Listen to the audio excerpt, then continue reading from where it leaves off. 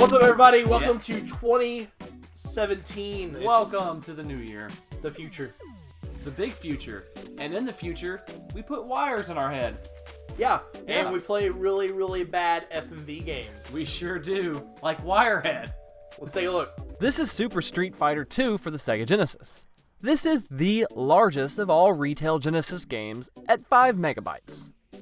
This is Wirehead for the Sega CD. Storage size of the CD is 640 MB. It would take 128 Street Fighter 2 carts to store the same amount of data, so you can bet the Sega CD had a lot more to work with. And what did they do with this extra ability? Wirehead and a whole lot of other truly awful FMV games. Wirehead is one in a long list of FMV games that came out in the 90s, once video game consoles started to switch over to the CD format.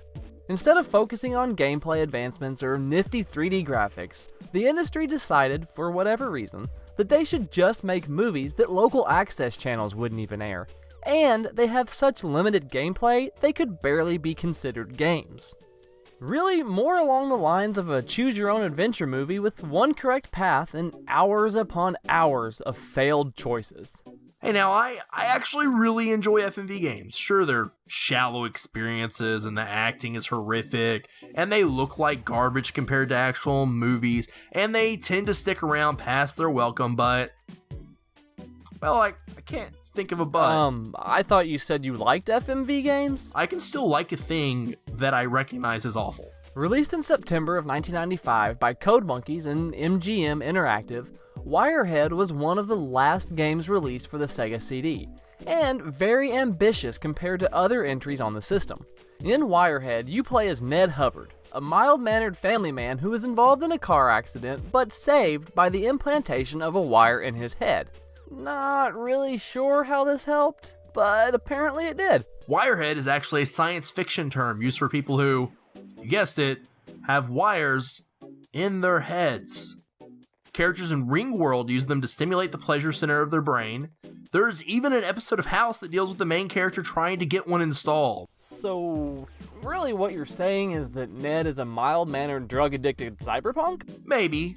Ned was too busy getting molested by a bear for us to find out if he needed a fix or not.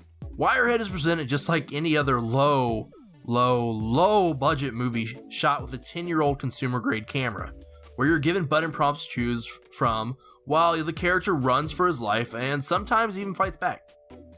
Choose the wrong button and you'll see Ned get captured, attacked by a bear, and even blown up again and again and again. I'm sure Code Monkeys and MGM use good quality equipment, but due to the limitations of the hardware, Wirehead is compressed to hell and back, and really looks awful to our HD trained eyes. This isn't sprite work that we're used to, this is full motion video, in a time where everyone thought, hey, you know what's even realer than 3D graphics? Real life graphics. Thanks, Mortal Kombat. While you pulled it off, you led to these jerks thinking this was the future. The sound is compressed as well, although since it is an FMV game and we control the actions of real people, the game is fully voiced. While the acting is passable, it remains incredibly cheesy, just like an FMV game should be. No matter if it's Ned telling the player that you're good at this, hey, you're good, or throwing an assassin over a railing, Wirehead brings just the right amount of memorable milestone moments to make you push forward. Some FMV games have robust gameplay. They can invent new types of gameplay where you control security cameras and set traps to stop supposed vampires from harming young co-eds. They can even play out like a rudimentary rhythm game, coming up with prompts to the beat of a music to keep a video going, or a fight scene that is choreographed to the music. However, Wirehead is not one of those games. In Wirehead, you control Ned by choosing a direction for him to go in when prompted. Normally 3 directions with 2 of the 3 leading to a reset as you drain your batteries. Occasionally, and by occasionally I mean like 3 times, you get a fight. This is accomplished using the ABC buttons on your controller, choosing from a punch or a kick. Spoiler, you only kick in the very last fight, everything else was a punch. Each time you fail, you drain a portion of a battery and are sent back to a recent checkpoint. When you drain a battery completely, you're sent back further than before, but as long as you remember the prompts that got you past the coming situations, then you'll be fine. Until you get a game over by draining your third battery and have to play the entire movie over again. Watching Ned skateboard, fly through the air, and confront a bear is pretty funny the first couple of times. But when you get to the last few areas of the game and continue to fail, because there is a rash of the same filler choices, the game turns these once humorous interactions into absolute torture. Wirehead has the shallowest of shallow gameplay, and you feel that pain within the first 2 hours of playing it. The entire game is one big long case study of trial and error. Oh, you failed on the last section? Better play everything all over again and remember every single correct decision so you'll have full battery power when you get back to that area. Let's get this out of the way before we spoil too much. Experiencing Wirehead has much less to do with the story, but instead you'll derive enjoyment from the unique and absurd situations we find Ned in. There are several hilariously cheesy scenes for the first half of the game that are then followed up with several mundane and lackluster set pieces.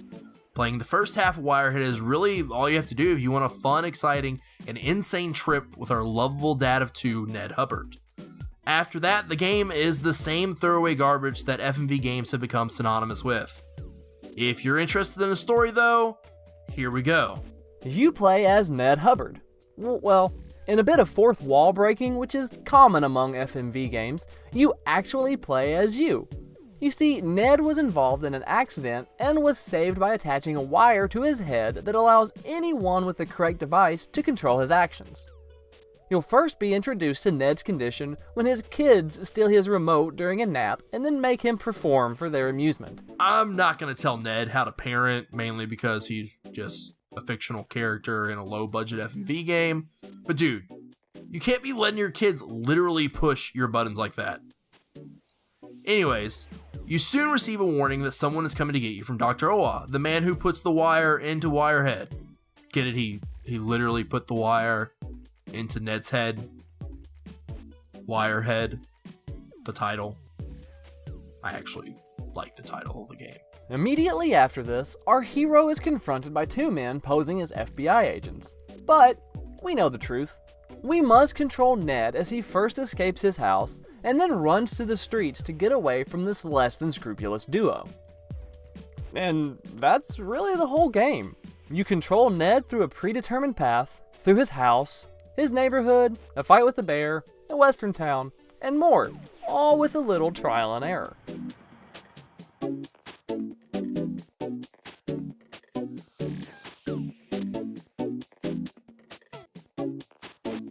Okay, so Ned has escaped his house, jumped on the skateboard, been flung into the cute girl's Jeep, or fallen into the airport shuttle depending on the path you take.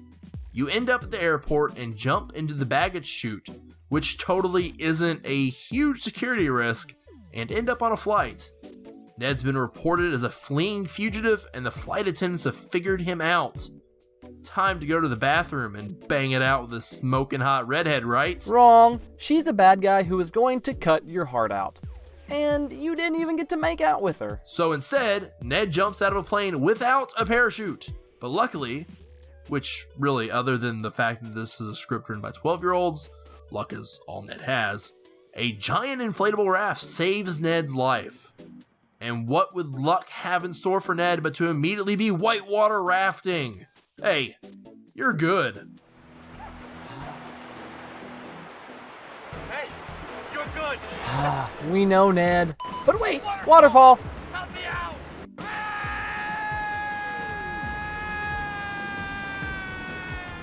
Ned slides down this well-placed log and immediately is accosted by a bear. Ned, being the consummate coward he is, lies down and awaits his death.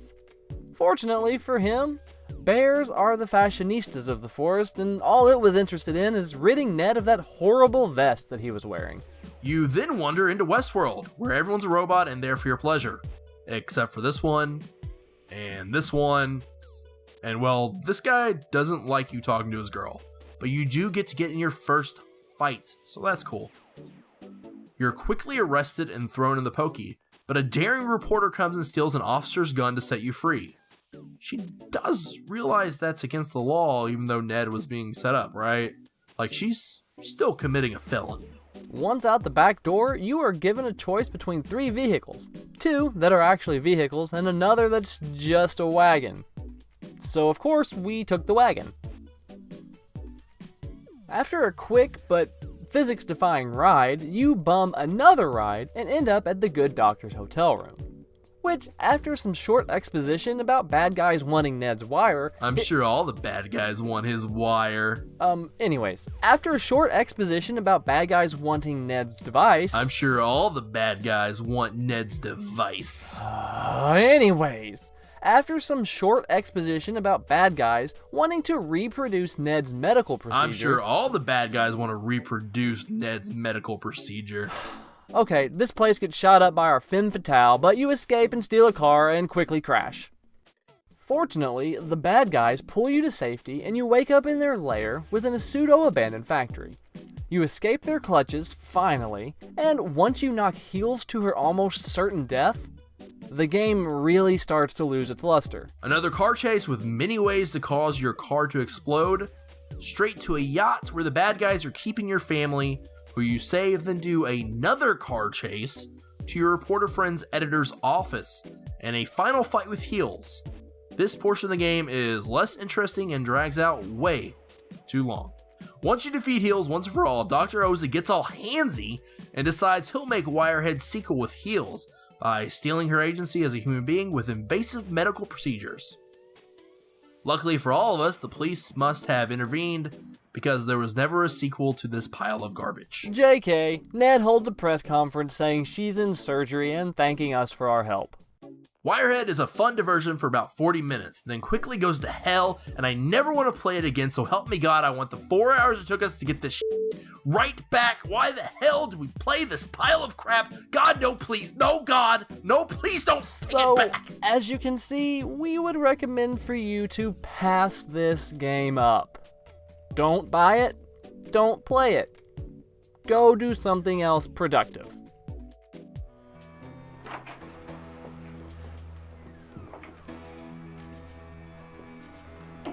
You guys are pathetic. Come on. Come on.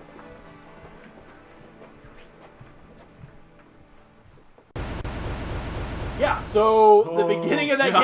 game was really fun and interesting, And it just got bad. and then it got real bad. It got worse. It drug out way too long. It got rough. It got rough.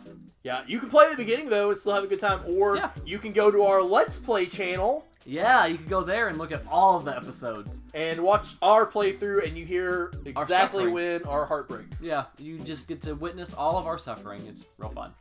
Thanks, guys, for coming and watching us. Yeah. Next time, we'll be reviewing Legend of the Mystical Ninja. Yes, we will. Because we were recently reminded that telling you what we're going to play next is kind of important. And that's like what we started off doing. Yeah, that's the so- whole point of the series. Yeah. Play Legend of the Mystical Ninja on SNES. Yep. Come back next time.